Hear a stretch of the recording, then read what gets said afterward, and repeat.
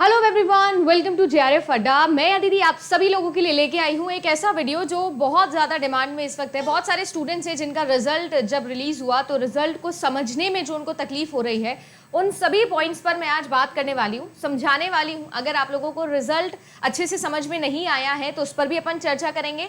फिर भी आपका कोई डाउट रह जाता है तो ज़रूर मुझे बताइएगा, मैं कोशिश करूँगी कि अगले वीडियो के अंदर वो भी आप सभी लोगों के सॉल्व कर सकूँ। अगर आप लोग पहली बार चैनल पर आए हैं तो जल्दी से कर लीजिए चैनल को सब्सक्राइब। अगर आप लोगों ने अभी तक जेआरएफ अड्डा को सब्सक्राइब नहीं किया है तो वो भी कर लीजिए, जेआरएफ अड्डा को ज्वाइन कर सकते हैं आप सभी लोग। अगर आप लोग मुझे फॉर द फर्स्ट टाइम देखना है तो मेरा नाम अदिति शर्मा है। Computer science and application paper 2 पढ़ाती हूँ और साथ ही साथ पेपर 1 आप लोगों के लिए लेके आती हूँ। कंप्लीट जेआरएफ अड्डा प्लेटफॉर्म पर अगर आप हमारे साथ में जुड़ना चाहते हो, और क्योंकि अब आप सभी लोग अच्छे से जानते हो कि ज़्यादा समय आपके दिसंबर वाले एग्जामिनेशन के लिए बचा नहीं है ना, तो दिसंबर वाले एग्जामिनेशन के लिए आप प्रिपेयर कर रहे हैं तो आप लोग हमें ज्वाइन कर सकते हैं। जेआरएफ अड्डा के ये खूबसूरत सफ़र में आप भी हमारा साथ दे सकते हैं। इस बार के रिजल्ट्स बहुत ज़्यादा अनएक्सपेक्टेड हाई कट ऑफ जाने के बाद भी मैं काफ़ी खुश हूँ कि इतने सारे स्टूडेंट्स हैं जिन्होंने क्वालिफाई किया। यस, बहुत सारे ऐसे स्टूडेंट्स थे जिनका जेआरएफ होना चाहिए था, वो जेआरएफ तक नहीं पहुँचे, नेट तक पहुँचे। बट एनी विच वेज, अगर आप सभी लोग भी ये जर्नी में हमारे साथ आना चाहते हो तो आप सभी लोगों के लिए हमने लेके आए हैं कंप्लीट पेपर 1 प्लस पेपर 2 का कोर्स। अगर आप ज्वाइन करना चाहें तो ज्वाइन कर सकते हैं।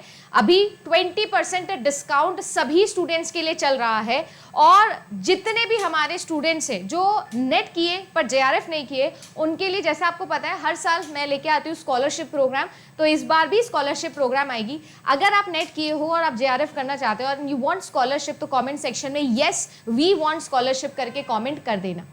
मैं आप सभी लोगों के पॉइंट पर आती हूं जो आप लोग चाहते हो कि आपको समझ में आए कि आप लोगों का जो रिजल्ट है वो किस तरीके से डिवाइड हुआ था। ये आप लोग अपनी रिजल्ट की कट ऑफ देख रहे हो, है ना। ये आप लोगों का पीडीएफ है और इस पीडीएफ में अगर आप लोग देखो तो आपके टोटल 3 कॉलम्स है जो आपको दिख रहे हैं। एक है आपका जेआरएफ का, एक है आपके असिस्टेंट प्रोफेसर का, और एक है आपके पीएचडी ओनली का।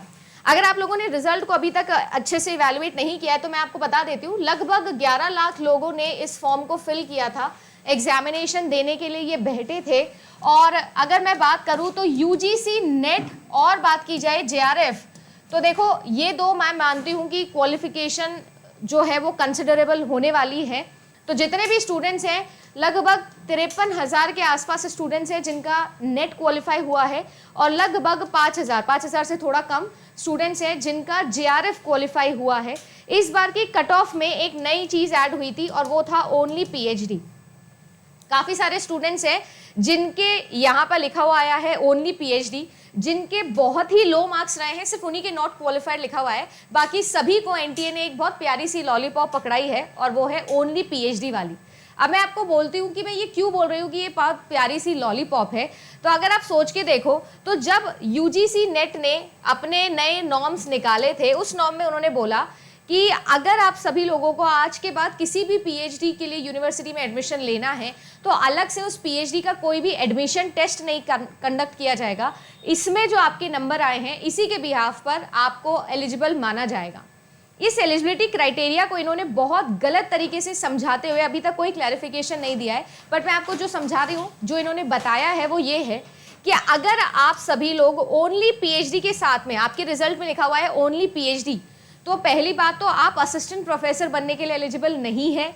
जेआरएफ तो ऑब्वियसली आपका नहीं हुआ है, बट अगर आप ओनली पीएचडी वाली कैटेगरी में आते हो तो ओनली पीएचडी का मतलब ये है कि आप सभी लोग अगले 1 साल में, यानी कि अभी आप लोगों का अक्टूबर 24 में आया ना, तो आपका अक्टूबर 25 तक आप किसी भी यूनिवर्सिटी में पीएचडी के लिए एडमिशन के लिए एलिजिबल हो। बस इतना सा इसका मतलब है।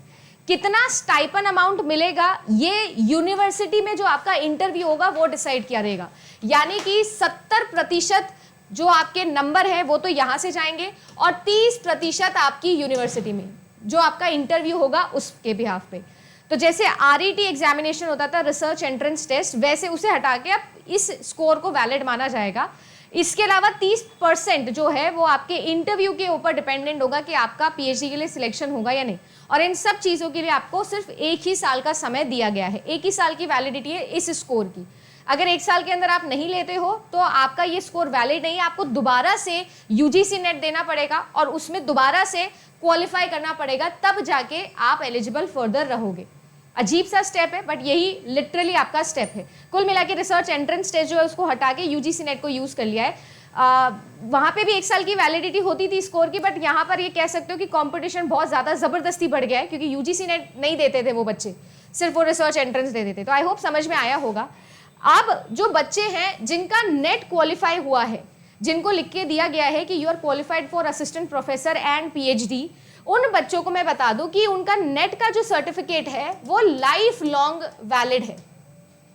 लाइफ लॉन्ग, एक बार नेट हो गया मतलब लाइफ लॉन्ग नेट हो गया, आप लाइफ लॉन्ग असिस्टेंट प्रोफेसर बनने के लिए एलिजिबल हैं। बट स्टिल जो पीएचडी एडमिशंस है उसके लिए आपके पास 1 ही साल का समय होने वाला है। फिर अगर मैं बात करूं तो जो हमारे बच्चे हैं जिनका जेआरएफ क्वालिफाई हुआ है, सिर्फ कैटेगरी 1 वाले वो स्टूडेंट्स हैं जिनका जो जेआरएफ है वो ऑब्वियस सी बात है कि क्योंकि वो 3 ईयर्स के लिए, 3 साल के लिए वैलिड रहता है, तो अगले 3 साल में आप कभी भी पीएचडी के अंदर एडमिशंस ले सकते हो, आपको जेआरएफ अमाउंट दिया जाएगा। आप अगर कैटेगरी 2 यानी कि असिस्टेंट प्रोफेसर ओनली के लिए एलिजिबल हुए हैं और पीएचडी ओनली के लिए कैटेगरी 3 के लिए एलिजिबल हुए हैं, तो आपका जो स्टाइपेंड अमाउंट है, जो यूनिवर्सिटी आपको पीएचडी करने का पैसा देती है, वो पैसा यूनिवर्सिटी डिसाइड करेगी। वो पैसा 38,000 रुपये महीने नहीं होगा, उससे कम होगा। और ये सब चीज़ें जो है ये डिसाइड करेगी आपकी यूनिवर्सिटी। आपका इंटरव्यू जो है वो ये सारी चीज़ों को डिसाइड करेगा। तो याद रखिएगा कि ये आपका कुछ रिजल्ट है जो डिक्लेयर किया गया है, इस तरीके से किया गया है। कट ऑफ इस बार बहुत ज़्यादा हाई इन्होंने दी है, और वो इन्होंने यही सोच के दी है कि ये तीनों का जो क्लासिफिकेशन है उसमें डिफरेंस होना चाहिए और बहुत ज़्यादा हाई कट ऑफ होनी चाहिए। मतलब मेरे हिसाब से ये जो कट ऑफ है ये बहुत ही अजीब रिजल्ट मुझे लगा इस बारी का। बट यस, अब हम और कुछ करें या ना करें, हमको ये चीज़ समझनी पड़ेगी कि इस कट ऑफ के साथ में ही आपको आगे बढ़ना है। अगर आप सभी लोगों को और भी कोई डाउट है तो हेल्पलाइन नंबर है, आप उस पर कॉल कर सकते हो। जेआरएफ अड्डा की एप्लीकेशन के ऊपर मैं आप सभी लोगों के लिए काउंसलिंग सेशन भी लेने वाली हूँ, तो अगर आपको आना है तो आप उस काउंसलिंग सेशन में भी आ सकते हो। जेआरएफ अड्डा पे साइन अप करो, मैं आप सभी लोगों के लिए मौजूद हो जाऊंगी। आज के लिए बस इतना ही। और कोई डाउट आपका रह गया हो तो जरूर बताइएगा। धन्यवाद। अच्छा हाँ, धन्यवाद से पहले एक बहुत और इंपॉर्टेंट चीज मुझे डिस्कस करनी है। ये भी आप में से बहुत सारे बच्चों का डाउट था।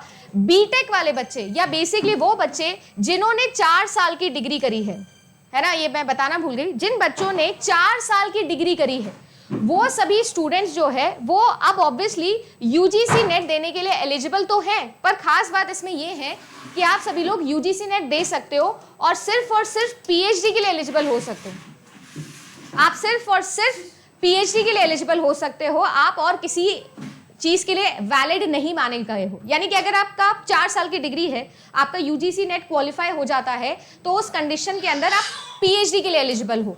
आप असिस्टेंट प्रोफेसर बनने के लिए एलिजिबल नहीं हो until you have completed your PhD या आपने मास्टर्स कंप्लीट नहीं कर लिया है। तो इस तरीके से जो है वो आपका रिजल्ट 4 साल वाले के लिए भी डिवाइडेड है, ठीक है ना। तो उम्मीद करती हूँ ये भी एक बहुत कॉमन डाउट था जो स्टूडेंट्स का आ रहा था, आपको क्लियर हो गया होगा। बाकी मिलेंगे ऑब्वियसली, आपका तो पेड कोर्स कंटिन्यू चल ही रहा है, तो मेरी जो क्लास होती है रात को 8 बजे और सुबह 9 बजे, मैं आप लोगों के सामने बिल्कुल बनी रहूंगी। हाँ, ये जरूर बोलूंगी जिनका ओनली पीएचडी हुआ है या नेट हुआ है और नेट के बाद में जो जेआरएफ के लिए जर्नी करना चाहते हैं, ज़्यादा समय नहीं है, क्योंकि जिस हिसाब से एनटीए चल रहा है हमारे पास में दिसंबर का एग्जाम दिसंबर में होने के चांसेस तो बहुत कम है, बट 1-2 दिन के अंदर आपके पास में आपकी फ्रेश डेट्स आ जाएंगी, क्योंकि 100% वो जो है वो नया नोटिफिकेशन रिलीज कर देगा एनटीए आपका कुछ दिनों में ही, इसी वीक में मोस्ट प्रोबेबली ये हो जाएगा। तो आपको पता लग जाएगा कि आपके रिजल्ट्स के साथ साथ आपके अगले 2025 का कैलेंडर भी आने वाला है, तो उसी में आपको पता लग जाएगा। बस ज़्यादा समय नहीं लेगा, इसीलिए मैं कह रही हूँ अभी तक आपने तैयारी स्टार्ट नहीं की है तो जल्दी से जल्दी तैयारी अपनी शुरू कर दीजिए।